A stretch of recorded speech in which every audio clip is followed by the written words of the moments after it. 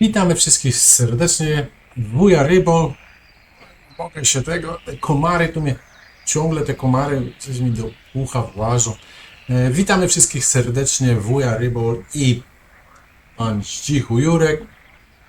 Pan Zdzichu Jurek dzisiaj ma odpowiedni kapelusz do odpowiedniej fajki i palenie tego śmierdzącego zielska. Ciekawe, że pan Jurek w tym kapeluszu pałaszuje sobie wieprzową kiełbasę. Coś tu nie pasuje. Dobra, słuchajcie. Wiele w internecie zapytań, co to za ryba, dlaczego na przykład kolor płetw tej ryby w jednym zbiorniku jest niebieski, chciałem powiedzieć, w jednym zbiorniku jest czerwony, w drugim jest żółtawy, w trzecim jest szary, jakiś brunatny i dziwny. Słuchajcie. U ryb zdarzają się są takie dwa zjawiska. To jest mimikra i mimetyzm. Mimikra na przykład, mimikrą zajmiemy się kiedy indziej. Rzucę wam tylko, że to mimikra polega na tym, że niektóre gatunki ryb, dajmy na to słabszych, upodabniają się wyglądem do ryb mocniejszych albo ryb trujących, po prostu żeby się w ten sposób bronić. Dajmy na to, tak? To jest mimikra. My przejdziemy dzisiaj na mimetyzm. Mimetyzm to jest to właśnie, o czym chciałem wam powiedzieć. To jest upodabnianie się ryb na przykład kształtem, barwą, wzorem na ciele, tak? Do warunków panujących w środowisku. Do czego to służy? Ukrywanie się przed drapieżnikami. To jest taki, wiecie, kamuflaż, nie? Tak, mamy taki kamuflaż. Na przykład chwycimy rybę, złowimy rybę sobie gdzieś na rzece, tam jest inne środowisko.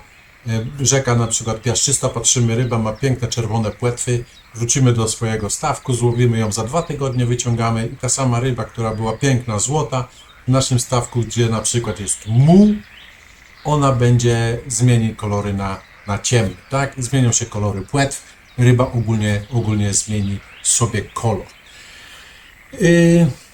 Wiadomo, że upodobanie się do na przykład kamieni, roślin, dna, na przykład płastugi są bardzo dobrym przykładem.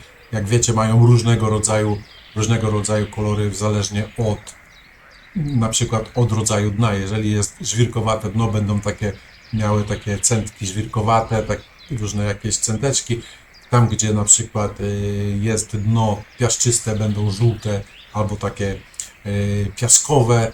No, tak ryba się po prostu do tego przystosowuje. Przystosowuje się do warunków panujących zbiorników. Dzisiaj chciałem wam pokazać, na jakiej rybie się skupimy. Patrzcie, bo to najłatwiej właśnie jest pokazać na szczupaku. Dlaczego szczupak upodabnia się do środowisk, do warunków panujących w jego środowisku? Wiecie po co? Tak jak na przykład inne rybki, żeby unikać szczupaka, tak szczupak robi wszystko, żeby upodobnić się do otoczenia, żeby go inne ryby nie widziały, co ułatwia mu oczywiście polowanie, tak? Pamiętajcie, że szczupak z reguły szykuje zasadzkę na rybę. Zdarza się, że goni przynętę, bo widać, albo na przykład zaciekawiony płynie za blaszką, puka w tą blaszkę, ale na nią nie weźmie, tak? Na przykład ja miałem dużo miałem takich miałem właśnie zdarzeń, że szczupak szedł za blachą, w nią pukał i tak ze 20 metrów. Szedł za blachą i w nią pukał, ale po prostu w nią nie uderzył, nie wziął, coś mu nie pasowało. Zmieniłem blachę, rzuciłem, od razu wziął. Takie miał upodobanie. W każdym bądź razie, zasadniczo szczupak szykuje zasadzki, tak jak Rzymianie szykowali zasadzki, tak szczupak szykuje zasadzki. Chowa się gdzieś w jakichś tam miejscach, w trzcinach, w roślinach, przy korzeniach i żeby upodobnić się do tego środowiska, to zmienia właśnie swoje ubarwienie.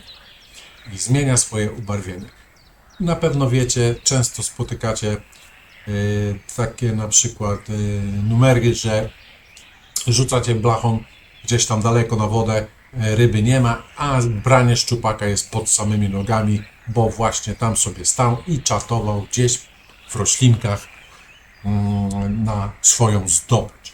I teraz, w zależności gdzie ten szczupak występuje, na przykład jeżeli woda będzie płytka, prześwietlona, głęboka, ciemna, trzciny, bo są szczupaki, tak jak mówi się, że okonie trzcinowe, czyli trzciniaki, tak samo są szczupaki, które na przykład polują w trzcinie, polują sobie w trzcinie i one mają inne ubarwienie i w tym samym zbiorniku ten sam gatunek szczupaka będzie miał inne ubarwienie, jeżeli będzie polował w toni albo gdzieś przy dnie.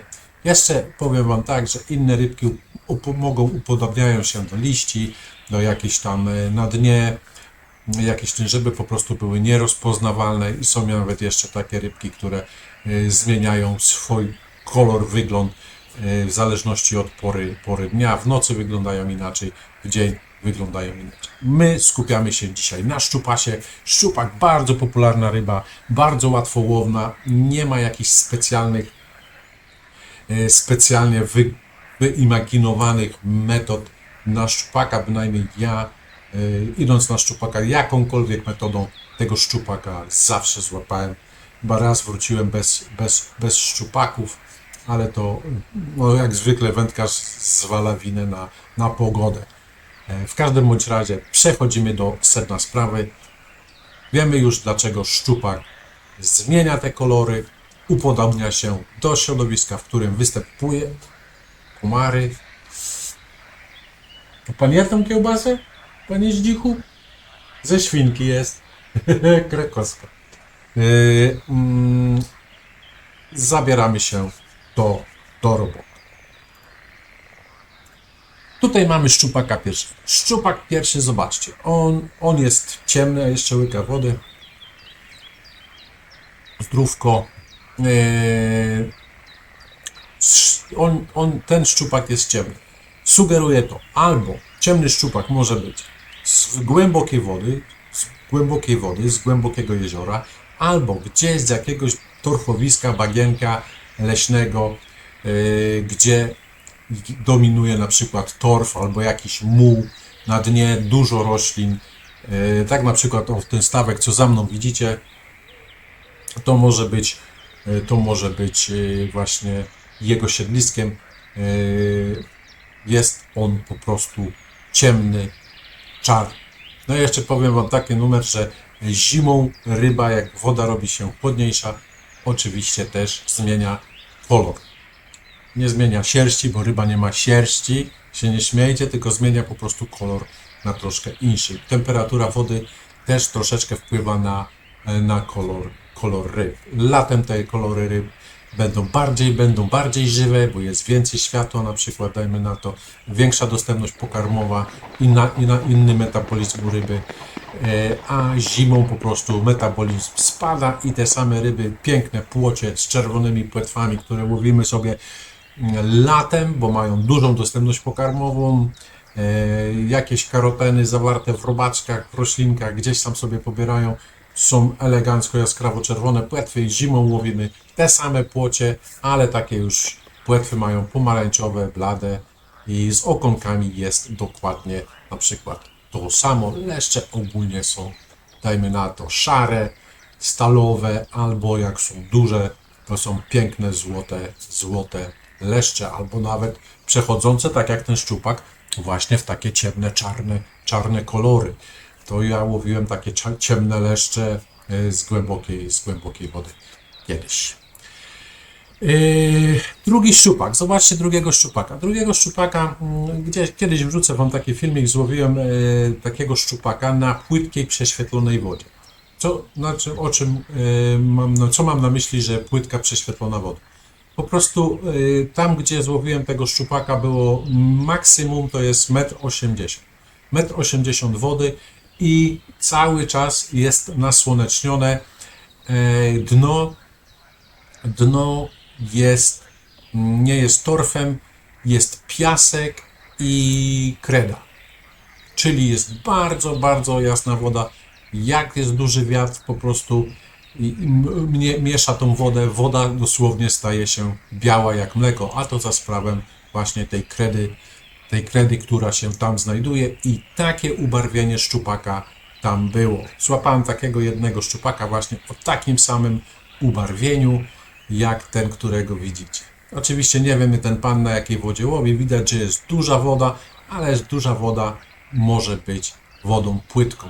Zobaczcie, jakie ma piękne czerwone płetwy, a obok ten szczupalek ma czarne płetwy, żeby go nie zdradzały. Karpie, powiem Wam jeszcze na temat na przykład karpia.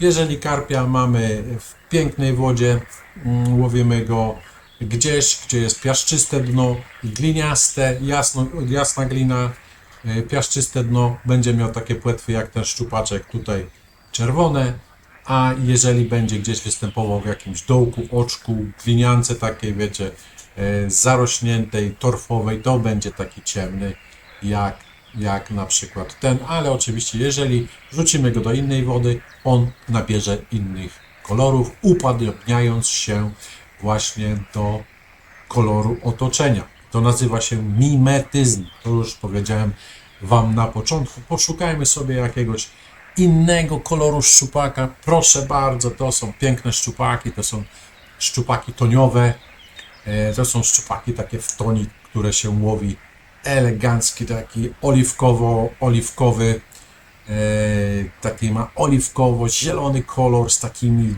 centkami żółtymi, piękne torpedy i branie takiej torpedy w toni to też jest piękna sprawa.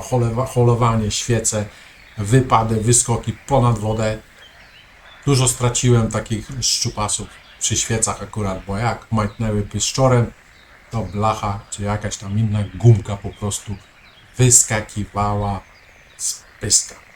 No i to oczywiście to wszystko, co tu Wam pokazuję, dotyczy wszystkich gatunków. Następne, co my tutaj mamy? Następny szczupak, zobaczcie, ma te swoje centki, ale troszkę mniejsze i gęściej rozsypane. Zobaczcie, przyjrzyjcie się, jak są poukładane, jak są tutaj poukładane. Nie wiem, czy Wy widzicie mój kursor.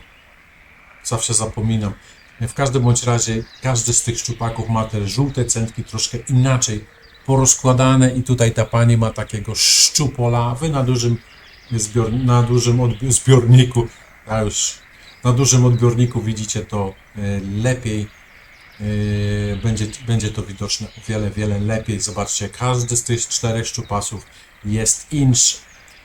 Wygląda troszeczkę inaczej, prawda? Ale to jeszcze nie jest koniec.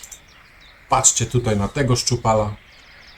To jest szczupak złapany pod lodem, zimą, przy dnie żwirowo-kamienistym. Zobaczcie, jakie on ma kolory, tak? Mówię Wam, że szczupak to jest najlepszym odbiciem dna. Od razu możemy stwierdzić, jaka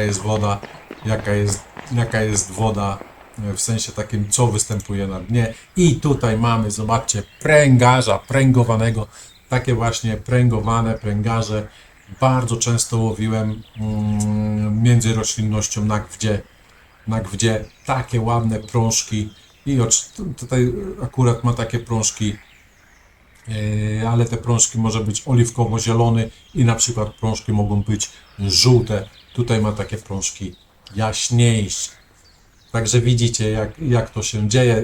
Z głębokiej wody takie ciemne, z prześwietlonej trzcinowce będą takie jasne.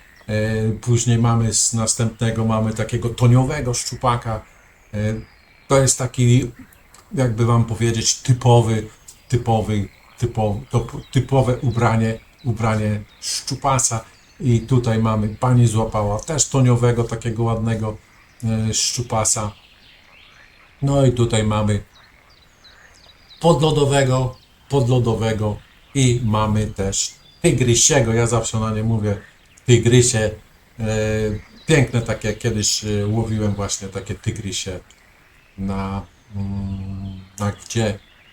Nie wiem, czy na gdzie teraz są, na gdzie łowiłem I szczupaki łowiłem, i lipienie łowiłem, klenie, miętusy, woda zimna, elegancka, płocie oczywiście też, leszcze.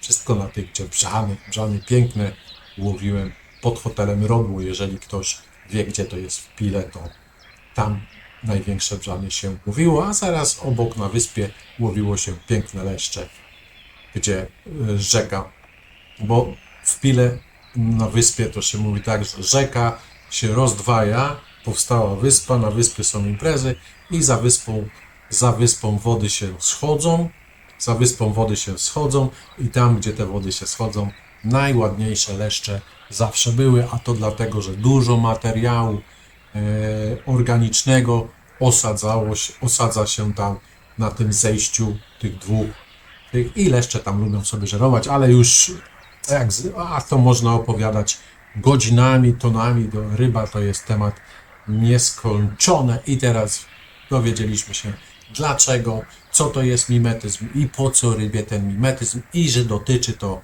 i karasia to dotyczy i okonia to i sandacz.